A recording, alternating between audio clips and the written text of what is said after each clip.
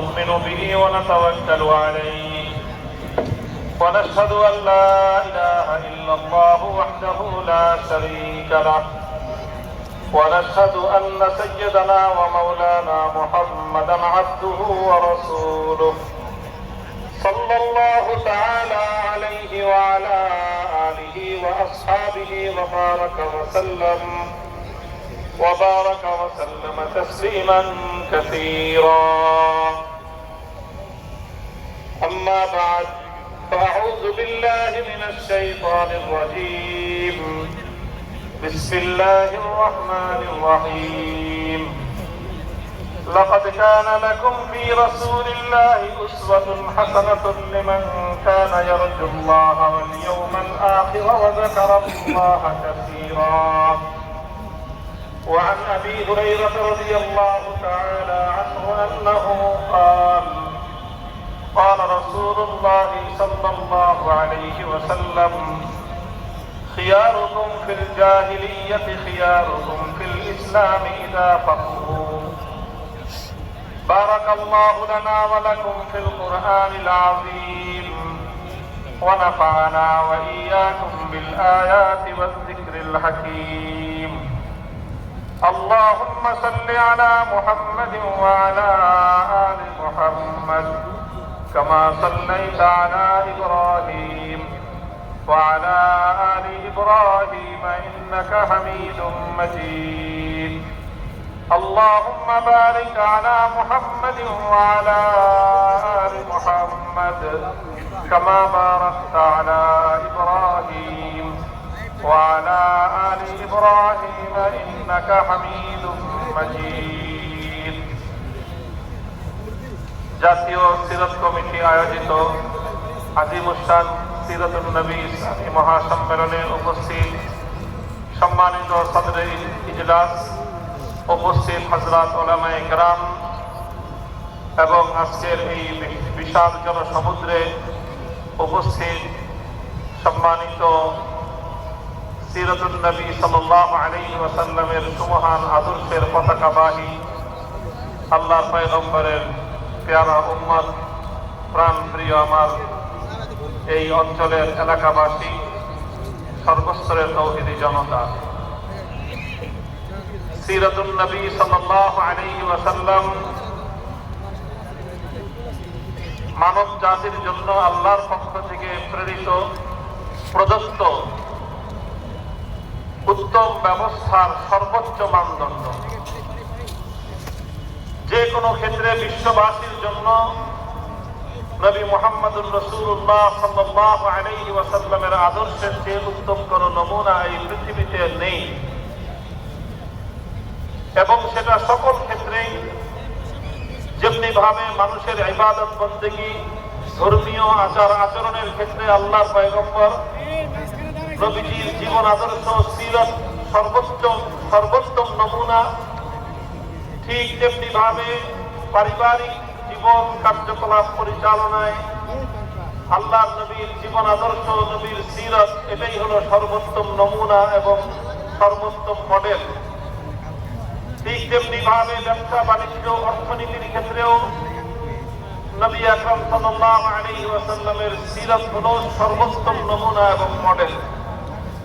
একইভাবে রাষ্ট্র এবং রাজনৈতিক ব্যবস্থা এবং বন্দোবস্তের ক্ষেত্রেও মুহাম্মদুর রাসূলুল্লাহ সাল্লাল্লাহু আলাইহি ওয়াসাল্লাম আনিত, প্রদত্ত, প্রতিষ্ঠিত, বাস্তবায়িত মডেল এবং নমুনাই হলো বিশ্ববাসীর জন্য সর্বশ্রেষ্ঠ এবং সর্বোত্তম মডেল। আমরা আল্লাহ রাসূল সাল্লাল্লাহু আলাইহি ওয়াসাল্লামের এই সিরাতকে শুধু আলোচনার মধ্যেই নয়, বরং আমরা ব্যক্তিগত জীবন থেকে জীবনের প্রতিটি ক্ষেত্রে বাস্তবায়ন করার চেষ্টা করবো ইনশাআল্লাহ। আল্লাহ রাব্বুল আলামিন আমাদেরকে তৌফিক দান করুন। বর্তমানে আমরা বাংলাদেশ একটি ঐতিহাসিক সময় অতিক্রম করছি। এই জাতির কপালে ভাগ্যে এরকম সময় শতাব্দীতে এক দুইবার আগমন করে, অতীতেও গিয়েছে, যেটাকে একটি জাতির টার্নিং পয়েন্ট বলা যেতে পারে। যে ওই সময়গুলোতে ইতিহাসের গুরুত্বপূর্ণ বাক বদলের মুহূর্তে জাতি যদি সঠিক সিদ্ধান্ত গ্রহণ করতে পারে তাহলে সে জাতির ভবিষ্যৎ এবং তাদের আগামী প্রজন্ম কল্যাণ লাভ করে ধন্য হয়। আর ইতিহাসের বাক বদলের সময়ে জাতির কর্ণধার, জাতির নেতৃত্ব যদি সিদ্ধান্ত গ্রহণ করতে ভুল করে তাহলে তার খেসারত শতাব্দীকাল পর্যন্ত গুনতে হয় গোটা জাতিকে। তাই আজ আমি ইতিহাসের এই ঐতিহাসিক বাক বদলের মুহূর্তে আমি আমার দৃষ্টিতে বর্তমান এই বাংলাদেশের শ্রেষ্ঠ সন্তানদেরকে লক্ষ্য করে আমি বলতে চাই এবং অত্যন্ত আস্থার সাথে বলতে চাই, যদি আমরা এই সময়ে আমাদের সঠিক কর্মপন্থা অবলম্বন করতে সক্ষম হই, নেতৃত্বের হাত যদি আমরা শক্ত হাতে ধারণ করতে সক্ষম হই, আগামীর বাংলাদেশ হবে ইসলামের বাংলাদেশ, আগামীর বাংলাদেশ হবে সিরাতুল নবীর বাংলাদেশ, আগামীর বাংলাদেশ হবে ইনশাআল্লাহ আল্লাহ নবীর আনিত রাজনৈতিক বন্দোবস্ত খেলাফতের বাংলাদেশ। মোহতারাম হাজিরিন, এই জন্য আমাদের সামনে সিরাতুল নবীর একটা গুরুত্বপূর্ণ আদর্শ আমি আজ উপস্থিত এই অডিয়েন্স, এই জনসমুদ্রকে লক্ষ্য করে বলছি এবং পর্যায়ক্রমে আমার গোটা জাতিকেই আমি আমার এই বার্তা ইসলামের পক্ষ থেকে, ওলামায়ে উম্মতের পক্ষ থেকে পৌঁছে দিতে চাই।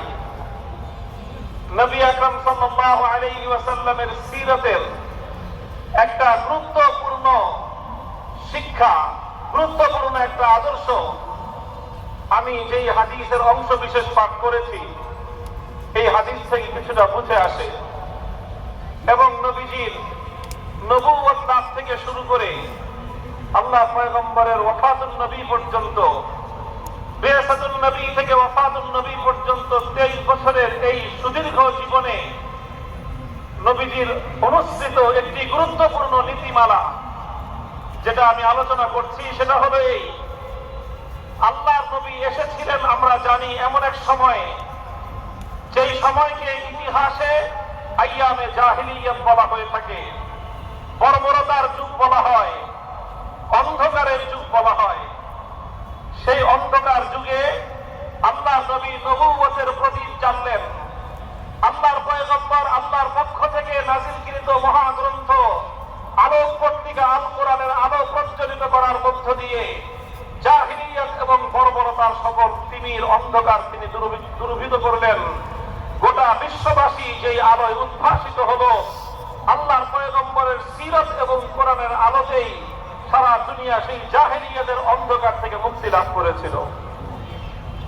নবী করিম সাল্লাল্লাহু আলাইহি ওয়াসাল্লাম জাহিলিয়াতকে পরিবর্তন করেছেন, জাহিলিয়াতের সকল অন্ধকারকে দূরীভূত করেছেন, জাহিলিয়াতের সকল বর্বরতাকে আল্লাহর পয়গম্বর তিনি উৎখাত করেছেন এবং জাহিলিয়াতের যত অসভ্যতা, যত অশ্লীলতা, যত পাপাচার, যত অমানবিকতাকে নবী আকরাম সাল্লাল্লাহু আলাইহি ওয়াসাল্লাম অত্যন্ত কঠোরভাবে তিনি দমন করেছেন। এটা ছিল রাসূল সাল্লাল্লাহু আলাইহি ওয়াসাল্লামের সিরাতের অত্যন্ত গুরুত্বপূর্ণ একটা অধ্যায়। লক্ষ্য করেন এদিকে, এটা খুব গুরুত্বপূর্ণ বিষয় সিরাতের।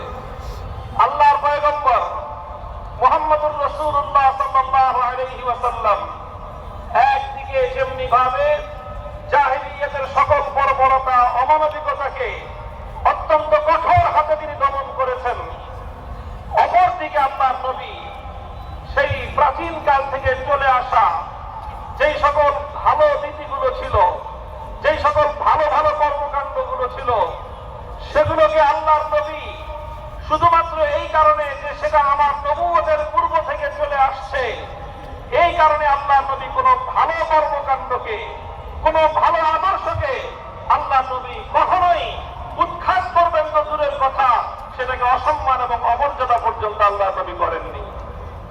তাহলে আমরা দেখতে পাই নবীজির সিরাতের গুরুত্বপূর্ণ একটা অধ্যায় হলো যে আল্লাহর নবী প্রাচীন কাল থেকে চলে আসা প্রতিটি ভালো আদর্শকে তিনি শক্তিশালীভাবে সমাজে প্রতিষ্ঠিত করেছেন।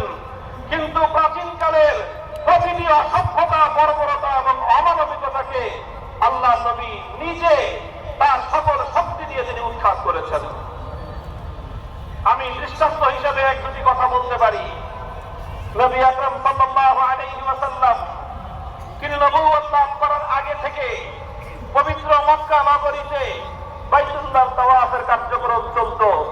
আল্লাহর ঘরের তাওয়াফ করা উত্তম আদর্শ ছিল। আল্লাহর পয়গম্বর নবুয়ত লাভ করার আগে থেকেই মানুষ বাইতুল্লাহ শরীফে আগমনকারী হাজীদেরকে নানাভাবে আপ্যায়ন করাটাকে নিজেদের জন্য গৌরবের মনে করত। আল্লাহ নবী এটাকে আরো বেশি উৎসাহিত করেছেন। জমজমের পানি পান করানোর মধ্য দিয়ে হাজী সাহেবানদের তৃষ্ণা নিবারণ করা এটা একটা মানবিক কাজ ছিল। আল্লাহ নবী জমজমের পানি পান করানোর এই গৌরবোজ্জ্বল অধ্যায়কে এতটুকু ম্লান হতে দেননি, বরং তিনি জমজমের পানি পান করানোর এই গৌরবময় কার্যক্রমকে আরো বেশি উঠে তুলে ধরেছেন। বাইতুল্লাহর চাবি বহন করা, বাইতুল্লাহর দরজার চাবি বহন করাটা সম্মানজনক একটা বিষয় বলে জাহিলিয়াতের যুগ থেকেই পরিচিত ছিল। আল্লাহ নবী জাহিলিয়াতের সেই চলে আসা সময় থেকে চলে আসা বাইতুল্লাহর ঘরের দরজার চাবি বহন করা এই মর্যাদাকে তিনি এতটুকু পর্যন্ত তিনি গুরুত্বহীন করেননি, বরং আল্লাহ নবী মক্কা বিজয়ের পরে উসমান ইবনে আবী তালহার হাতে এই চাবি দিয়ে তার হাতে বাইতুল্লাহর চাবি উত্তোলন করে দিয়ে তুলে দিয়ে নবী বলেছিলেন, খালিদাতান তালিদাতান লা ইয়ানজিউহা মিনকুম ইল্লা যালিমুন। হে উসমান ইবনে আবী তালহা, আজ আমি তোমার হাতে এই পৃথিবীতে আল্লাহর ঘর বাইতুল্লাহর চাবি তথা মর্যাদার এবং গৌরবের এই প্রতীক তোমার হাতে তুলে দিলাম। তোমার পরে তোমার বংশধর এই চাবি বহন করবে। কোন অত্যাচারী জালেম ছাড়া কেউ তোমাদের হাত থেকে এই গৌরব এবং মর্যাদা কেড়ে নিতে পারবে না। আল্লাহর কোরআন আল্লাহর নবীর এই নীতিকে সমর্থন দিল। আল্লাহর কোরআন আল্লাহর নবীর এই নীতিকে সমর্থন দিল শুধু নয়, বরং এই নীতিকে আরো মজবুত করে বিশ্ববাসীর সামনে আল্লাহর নবীর এই অনুষ্ঠিত আদর্শকে অনুসরণীয় হিসেবে তুলে ধরে আল্লাহ কোরআনে আয়াত নাযিল করলেন, ইন্নাল্লাহা ইয়া'মুরুকুম আন তু'আদ্দুল আমানাতি ইলা আহলিহা। আল্লাহ পাক রব্বুল আলামিন প্রতিটি আমানত যার যার প্রাপ্য যেটা সেটা তাকে বুঝিয়ে দেওয়াটাই এটা আল্লাহ পাকের নির্দেশ। আল্লাহর নবী জমজমের পানি পান করার দায়িত্ব পূর্ববর্তী দায়িত্বশীলের হাতে তুলে দিয়েছেন। আল্লাহ পাক বললেন, এটাই আপনি সঠিক কাজ করেছেন। আল্লাহর নবী বাইতুল্লাহর চাবি পূর্ববর্তী উসমান ইবনে আবী তালহার হাতে তুলে দিলেন। আল্লাহ নবী বললেন, আল্লাহ বললেন যে এটাই আপনি সঠিক করেছেন। ভালো কাজগুলোকে সমাজের মধ্যে বাঁচিয়ে রাখতে হবে। জাহিলিয়াতের যুগ থেকে ভালো কাজ ছিল বলে, সেটা জাহিলি যুগের লোকেরা ভালো কাজটা করত বলে সেই ভালো কাজকে ইসলাম কোনদিন অসম্মান করে নাই, অমর্যাদা করে নাই। কোন ভালোকে কোনদিন ইসলাম দফন করে না, বরং প্রতিটি ভালোকে ইসলাম উৎসাহিত করে। এটাই সিরাতুন নবী। ভালোকে উৎসাহিত করেছেন। পূর্ব যুগ থেকে চলে আসা প্রতিটি উত্তম কার্যকলাপকে আল্লাহ নবী শক্তিশালী করেছেন, বরং আল্লাহর কোরআন আয়াত নাযিল করে সেটাকে মানুষের মধ্যে আরো উজ্জীবিত করেছে। এটা হলো সিরাতুন নবীর একটা দিক। ঠিক তার বিপরীতে যে সকল অন্যায়গুলো ছিল, যে সকল খারাপ কাজগুলো ছিল, যেখানেই থাকুক না কেন, সেটা হোক সেটা নিজের পরিবারের মধ্যে, হোক সেটা নিজের আপনজনদের মধ্যে, হোক সেটা নিজের ভাইয়ের মধ্যে, হোক সেটা নিজের চাচার জীবনে, প্রতিটি বর্বরতা, প্রতিটি অন্যায়, প্রতিটি জুলুম শেকড় শুদ্ধ আল্লাহ নবী উপরে ফেলেছেন। রাসূল আকরাম সাল্লাল্লাহু আলাইহি ওয়াসাল্লাম যেদিন মদিনায় ইসলাম ঘোষণা করলেন, ইসলামী রাষ্ট্রের বুনিয়াদ কায়েম করলেন, আল্লাহ নবী ঘোষণা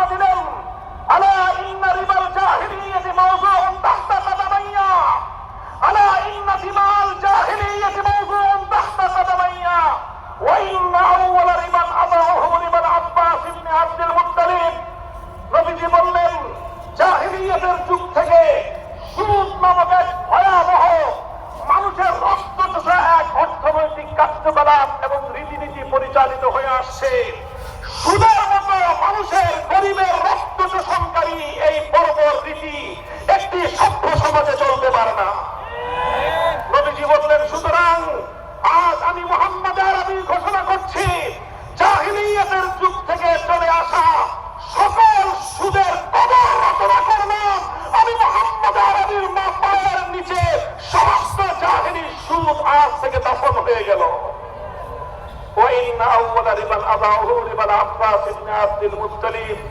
ইতিহাসের স্মরণীয় বাণী, নবীজি সর্বপ্রথম সেই সুদ মওকুফ করার কার্যক্রম অভিযান শুরু করলেন আরেকজনের ঘরের উপর দিয়ে নয়, বরং নিজের ঘরের ভিতর থেকে। নবীজি বললেন, আমার আপন চাচা আব্বাস বিন আব্দুল মুত্তালিব, যিনি আরবের অন্যতম বড় ব্যবসায়ী ছিলেন সুদের ভিত্তিতে, মানুষের কাছে বিপুল পরিমাণ অর্থ তার পাওনা ছিল, লগ্নি করা ছিল সুদের ভিত্তিতে, বিপুল পরিমাণ সুদ তিনি মানুষের কাছে পেতেন। নবীজি বললেন, আমার চাচা আব্বাসের পক্ষ থেকে আমি মুহাম্মদ আরবি দায়িত্ব দিয়ে ঘোষণা করছি, আমার চাচার সুদ কেউ পরিশোধ করবে না। শুধুমাত্র আমার চাচাকে মূলধন ফেরত দেবে, আর 1 টাকা সুদ কেউ আমার চাচাকে দেবে না। এভাবেই সকল সুদকে আমি মওকুফ ঘোষণা করলাম। পূর্বকাল থেকে চলে আসা প্রতিটি বর্বর নীতি, প্রতিটি অসভ্য নীতি, প্রতিটি অমানবিক নীতি নবী আকরাম সাল্লাল্লাহু আলাইহি ওয়াসাল্লাম এভাবেই নির্মূল করেছেন। মুহতারাম হাজিরিন, তাহলে পূর্বের যুগ থেকে চলে আসা ভালো কাজগুলো সামনের দিনে অব্যাহত থাকবে।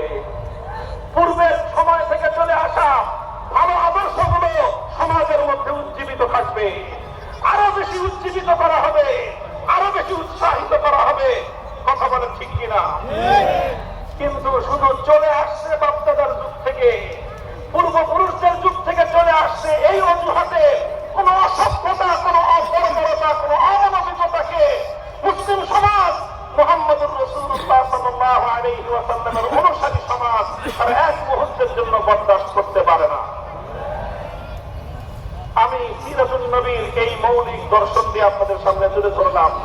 আমি আশা করি আপনারা এই বিষয়টি হৃদয়ঙ্গম করবেন এবং এই বিষয়ে আপনারা যদি অধিকতর পড়াশোনা করেন, দীর্ঘ তালিকা পাবেন যে আল্লাহর নবী জাহিলিয়াতের যুগের কি কি কুপ্রথা তিনি শক্ত হাতে দমন করেছেন, আবার পূর্বের যুগ থেকে চলে আসা ভালো রীতিনীতিগুলোকে তিনি কিভাবে প্রমোট করেছেন, কিভাবে তিনি সেগুলোকে সমর্থন দিয়েছেন, শক্তি জুগিয়েছেন।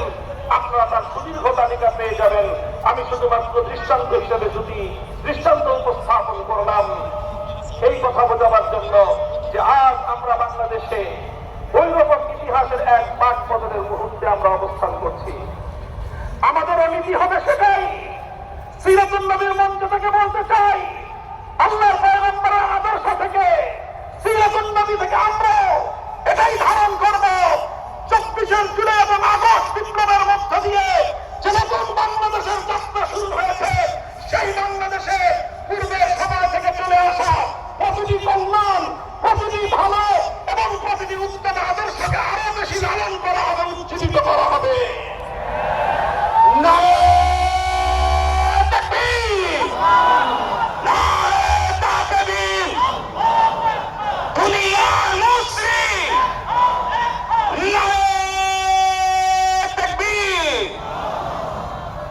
শুধু পূর্ব থেকে চলে আসা ভালো আর উত্তম আদর্শগুলোকে উজ্জীবিত করলেই চলবে না, পূর্ব থেকে চলে আসা সকল বর্বর অন্যায় জুলুমের নীতিগুলোকে উদ্ধার করতে হবে। বলেন কথা ঠিক না বেঠিক? আমরা আমাদের অবস্থান জাতির সামনে পরিষ্কার ঘোষণা করছি, প্রতিটি ভালোর সঙ্গে আমরা আছি, প্রতিটি মন্দের উৎখাতের যুদ্ধে আমরা প্রথম সারিতে আছি। বলবেন হুজুর, পূর্ব থেকে ভালো কি কি চলে আসছে, সংক্ষিপ্ত যা উল্লেখ করে দেই। পূর্ব থেকে চলে আসছে ভালো। 1905 সালে এই পূর্ববঙ্গের মুসলমানদের ইসলামী চেতনা, মুসলিম জাতিসত্তার উত্থান এবং উন্নয়নের জন্য এই পশ্চিমবঙ্গের আধিপত্য খর্ব করে, দাদা বাবুদের আধিপত্য, তাদের প্রভুত্বকে খর্ব করে মুসলমানরা যেন তাদের পায়ের উপর দাঁড়িয়ে নিজেরা স্বাধীন জাতিসত্তা গঠন করতে পারে, সেই জন্য 1905 সালে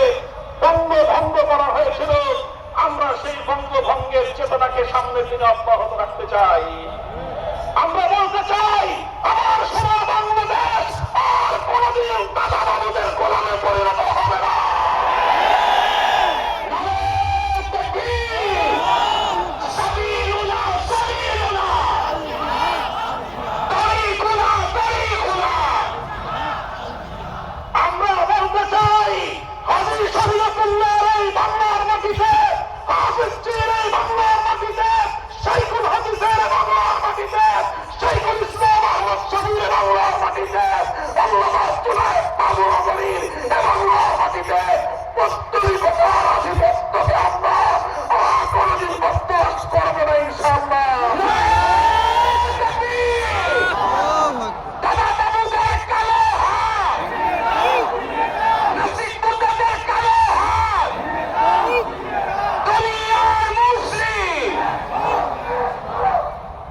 এটা হলো 1905 সালে যে কল্যাণের ধারার সূচনা হয়েছিল।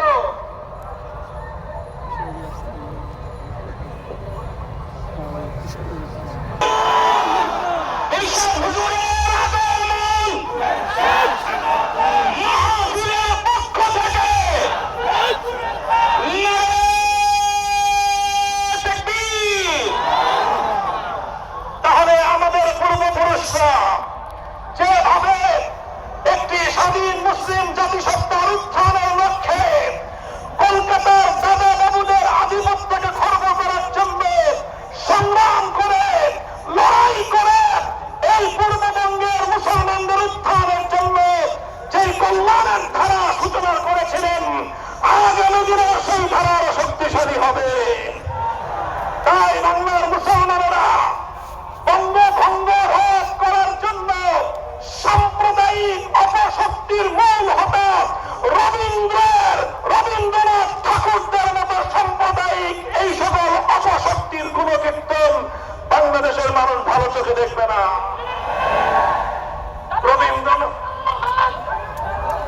রবীন্দ্রনাথ ঠাকুর সাহিত্যিক মানুষ, তার সাহিত্য পড়বেন, কবি মানুষ, তার কাব্যের অনুসরণ করবেন, কিন্তু তার বস্তাপচা সাম্প্রদায়িক মুসলিম বিদ্বেষী সেই দাদা বাবুদের খবরদারি এবং আধিপত্যের চেতনাকে যদি বাংলার মাটিতে আমদানি করার, আবার নতুন করে পুনর্জীবিত করবার পায়তারা করা হয়, একসঙ্গে বুকের রক্ত দিয়ে প্রতিহত করতে হবে।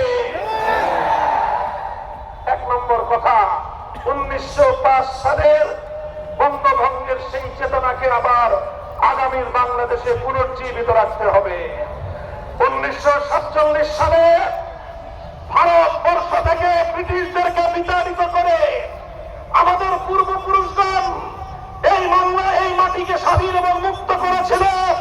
সেই মুক্ত স্বাধীন মাটিতে সর্বপ্রথম ব্রিটিশ বিতাড়নের বিজয়ের এই শুভক্ষণে ব্রিটিশ বিরোধী 190 বছরের স্বাধিকার আন্দোলনের বিজয়ের উদযাপনের সময় স্বাধীনতার পতাকা উত্তোলন করেছিলেন আমাদের পূর্বপুরুষ, আমার দাদা ওস্তাদ আল্লামা জাফর আহমদ আসমানী রহমাতুল্লাহ আলাইহি। কাজী আলেম সমাজ যেভাবে 190 বছর পর্যন্ত ব্রিটিশের বিরুদ্ধে, আধিপত্যবাদী শক্তির বিরুদ্ধে লড়াই করে যেই জাতিসত্তা গঠন করে দিয়ে গিয়েছেন, যে আমানত আমাদের কাছে রেখে গিয়েছেন পূর্বপুরুষদের পক্ষ থেকে প্রদত্ত, সেই আমানতকে রক্ষা করার জন্য জান কোরবান করতে হবে, জানের বাজি লাগাতে হবে। প্রস্তুত থাকবে তো? 1905 সালের চেতনা উজ্জীবিত থাকবে, 1947 সাল উজ্জীবিত থাকবে, 1971 সালে জালিমের বিরুদ্ধে মুসলিমের গর্জে ওঠা হাতিয়ারের চেতনাও আগামী বাংলার মাটিতে পুনর্জীবিত থাকবে, উজ্জীবিত থাকবে ইনশাআল্লাহ। 71-এর চেতনা জালিমের বিরুদ্ধে মুসলিমের লড়াই, 71-এর চেতনা বৈষম্যের বিরুদ্ধে লড়াই, 71-এর চেতনা সমস্ত আম্বিয়া কেরামের আগমনের যে মৌলিক চেতনা ছিল, সেটা হলো দুনিয়া থেকে সকল জুলুম এবং বেইনসাফি, সকল বৈষম্যকে উৎখাত করে ইনসাফ কায়েম করা, সেটাই ছিল 71-এর চেতনা। কাজেই আগামীর বাংলাদেশ বিনির্মাণে অন্যতম মৌলিক বুনিয়াদ হবে 71-এর চেতনা। তবে 71-এর পরে নতুন গজিয়ে ওঠার এক চেতনার নাম 72-এর চেতনা। এই 72-এর চেতনার অর্থ হল 7 কোটি বাঙালি মানুষের লড়াই এবং মুক্তি সংগ্রামের মধ্য দিয়ে শত সহস্র শহীদের বুকের রক্ত দিয়ে অর্জিত 9 মাসের মহান মুক্তির সংগ্রামকে ভারতীয় দাদা বাবুদের চরম তলে বলি দেওয়ার চেতনার নাম 72-এর চেতনা। লম্বা ইতিহাস প্রতিনিধিত্ব করে ৭২-এর সংবিধান, যে সংবিধানের মাধ্যমে মুক্তিযুদ্ধকে হত্যা করা হয়েছে, যে সংবিধানের মাধ্যমে বাংলাদেশের স্বাধীনতাকে ভারতের চরম করে বলি দেওয়া হয়েছে। আগামীর বাংলাদেশ ৭২-এর চেতনার মাধ্যমে ৭১-এর চেতনাকে হত্যা করার ষড়যন্ত্রকে প্রতিহত করবে ইনশাআল্লাহ। সুতরাং ৭২-এর ভারতীয় আধিপত্যবাদের চেতনা বাংলাদেশে আর চলতে দেওয়া যাবে না। কথা পরিষ্কার। এরপরে সর্বশেষ ২০১৩ সাল থেকে ২০২৪ সাল এক সুবিশাল এক যুগের সংগ্রাম, যে সংগ্রামের সূচনা ডাক দিয়েছিলেন আল্লামা আহমদ শফী, যে সংগ্রামের মঞ্চে শাহাদাতের মঞ্চ প্রস্তুত করেছিলেন আল্লামা জুনায়েদ বাবুনগরী, সেই শাপলা চত্বরের ২০১৩ সালের ৫ই মে চেতনায় ২০২৪ সালের ৫ই আগস্ট গণভবন থেকে ফ্যাসিবাদের বিতরণের মধ্য দিয়ে বিজয় অর্জন করেছে। সুতরাং ২৪-এর চেতনায় ফ্যাসিবাদ বিরোধী আন্দোলন এবং সংগ্রামের চেতনা থেকে যারা হেফাজতের শাহাদাতের রক্তের দাগ মুছে ফেলতে চায়, যারা আল্লাহ পয়গম্বরের সত্যিকার আশিক নবী উম্মতের রক্তের দাগ মুছে ফেলতে হয়, তাদের ইতিহাস বাংলার মাটি থেকে মুছে ফেলতে হবে, মুছে ফেলতে হবে।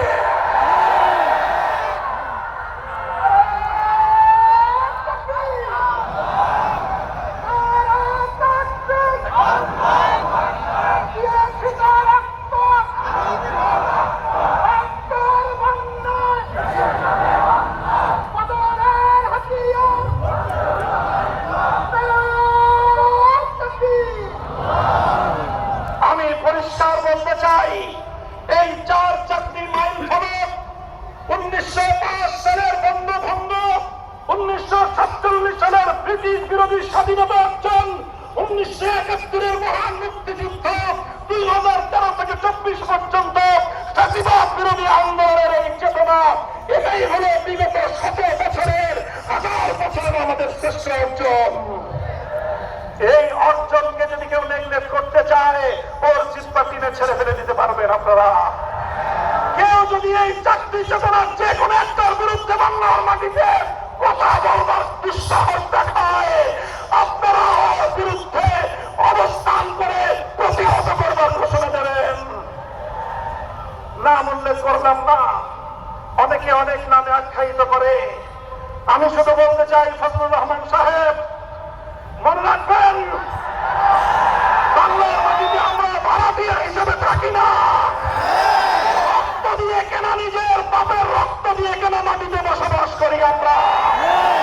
এখানে আমরা অনেক রক্ত দিয়ে ১৯০৫ সালে বঙ্গভঙ্গ করেছিলাম, অনেক রক্ত দিয়ে ব্রিটিশদেরকে বিতাড়িত করেছিলাম, অনেক রক্ত দিয়ে ৭১-এর মুক্তিযুদ্ধের মঞ্চ প্রস্তুত করেছিলাম, রক্ত দিয়েছি শাপলা চত্বরে, রক্ত দিয়েছি জুলাই বিপ্লবে।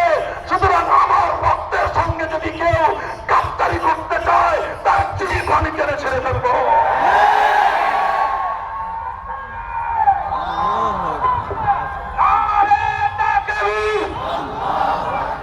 ইসলামের দুশ্মনেরা, নাস্তিকদের দুশ্মনেরা, বহুদের হাতিয়ার, কবরের হাতিয়ার, নারে তাকবীর। আমি সিরাতুন নবীর যেই সুমহান আদর্শের আলোচনার সূচনাতে করেছি, আল্লাহর পয়গম্বরের সিরাতের সে মৌলিক দুটি নীতিমালাকে আঁকড়ে ধরতে হবে, এটাকে কঠিনভাবে বাস্তবায়ন করতে হবে, অত্যন্ত আন্তরিকতা এবং কঠোরভাবে অনুশীলনের মাধ্যমে অতীতের ভালো বিষয়গুলোকে, ভালো চেতনাগুলোকে জাতির মধ্যে প্রতিষ্ঠিত করে এই জাতিকে বিভ্রান্ত করবার জন্য গড়ে ওঠা ভেজাল চেতনা থেকে জাতিকে মুক্ত করতে হবে ইনশাআল্লাহ। একটা সংগ্রাম, এই সংগ্রামের যুদ্ধের মাঠে আমরা নেমেছি আলহামদুলিল্লাহ। হযরত পীর সাহেব হুজুর চরমনাই হাফিজাহুল্লাহ তাআলা ওয়া রাহা মঞ্চে উপস্থিত আছেন। আমরা এখানে আছি, জাতির সঙ্গে কথা দিচ্ছি। আমি আবারও বলি, আমাদের মুফতি ইমাদউদ্দিন সাহেব স্লোগান তুলেছেন, সে কথার আমি আবার প্রতিধ্বনি করছি, আমাদের কাছে রাজনৈতিক কোন ক্ষমতার পদ পদবীর প্রয়োজন নাই। আমরা জাতির মুক্তি চাই, আমরা আমাদের পূর্বপুরুষদের রক্তের ঋণ শোধ করতে চাই। তারা রক্ত দিয়ে যে জাতি গঠন করতে চেয়েছিলেন, আমরা সেই জাতির ভবিষ্যৎ দেখতে চাই। আমরা ৭২-এর চেতনা বাংলার মাটিতে দেখতে চাই না। আবার আমার স্বাধীন বাংলার মাটিকে বিদেশি প্রভুদের পায়ের নিচে বন্ধক দেখতে চাই না। কাজেই সেটা করবার জন্য আরে নির্বাচন অনেক পরের কাহিনী। কিসের নির্বাচন? ২০১৩ সালের শাপলা চত্বরের শহীদদের রক্তের প্রথম এই রক্তকে স্বীকার করতে হবে বাংলার মাটিকে।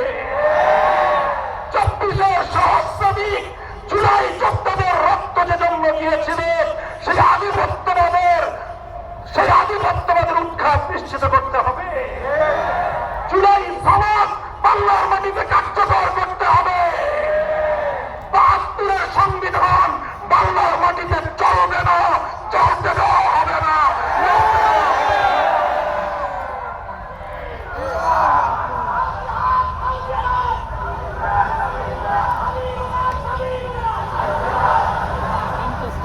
কাজেই আমি বাংলাদেশের সকল রাজনৈতিক পক্ষগুলোকে পরিষ্কার ভাষায় আমাদের বার্তা স্পষ্ট ভাষায় দিয়ে দিচ্ছি।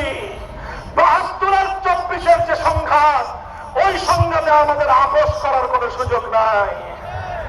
২৪-এর রক্তের সঙ্গে গাদ্দারি করে যারা আবার ৭২-এর বাকশালী ব্যবস্থার দিকে ফিরে যেতে চান, আপনারা যদি শহীদ জিয়াউর রহমানের নাম মুখে উচ্চারণ করেন, তাহলে আপনাদের আরেকবার উজু করা দরকার। কাদেরকে উজুর মাসলা শিখান? নিজের পূর্বপুরুষদের, নিজের দলের পূর্বপুরুষদের আদর্শ থেকে আপনারা বিচ্ছিত হয়ে এই জাতির সঙ্গে ধোঁকাবাজি করবার রাজনীতি বাংলার মানুষ সহ্য করবে না। এছাড়া আসেন, আমরা অন্য কোনো কিছু নিয়ে আপনাদের সঙ্গে টানা হেঁচড়া হবে না, কিন্তু ২৪-এর বিপ্লবের পরবর্তী বাংলাদেশে ৭২-এর সেই বাকশালী ব্যবস্থা বাস্তবায়ন করতে গেলে আমাদের বুকের উপর দিয়ে, আমাদের লাশের উপর দিয়ে করতে হবে। আমরা জীবন দেব, রক্ত দেব, রক্তের সাগর বইব, কিন্তু ২৪-এর বিপ্লব ব্যর্থ হতে দেব না ইনশাআল্লাহ।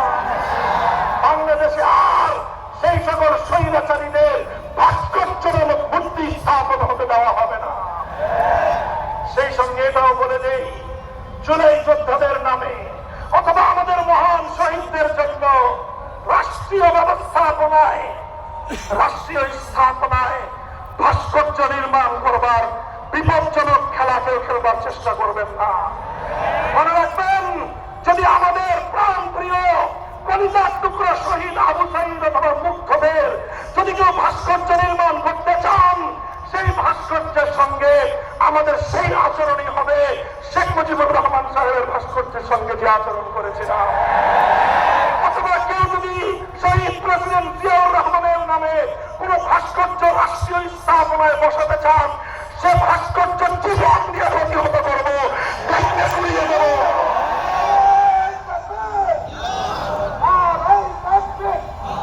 আমরা আদর্শের জায়গায় আমাদের কম্প্রোমাইজ করবার কোন সুযোগ নাই। ক্ষমতা নিতে চান নিয়ে নেন, সংসদ নিতে চান, অতটা আমরা আপত্তি করব না, কিন্তু আমাদের আদর্শের জায়গায় হাত দিলে হাত শহীদ সাহেব বাড়িতে ফিরতে পারবেন না ইনশাআল্লাহ। এই চিন্তা আছেন তো? মাথায় কাপড়ের কাপড় বাঁধো, আবার জুলাইয়ের চেতনা উজ্জীবিত হও, আবার সবগুলো হাতিয়ার নিয়ে মাঠে নামতে হবে, মাঠে নামতে হবে, মাঠে নামতে হবে।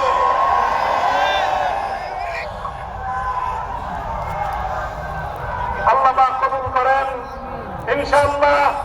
কথা যা বললাম অক্ষরে অক্ষরে যেন সেই কথার উপর অক্ষরে অক্ষরে যেন অবিচল থাকতে পারি শেষ নিঃশ্বাস পর্যন্ত, সেই দোয়া আমি আপনাদের কাছে চাই। আমাদের কথা যেন আমরা রক্ষা করতে পারি, আল্লাহ যেন আমাদের আগামীর বাংলাদেশকে ইসলামের অনুকূল বাংলাদেশ হিসেবে গ্রহণ করেন। সিরাতুন নবীর সুমহান আদর্শের আলোকে আগামীর বাংলাদেশকে আমরা গড়ব। নাসরুম মিনাল্লাহি ওয়া ফাতহুন কারীম ওয়া আখিরু দাওয়ানা আলহামদুলিল্লাহি রাব্বিল আলামিন। আলহামদুলিল্লাহ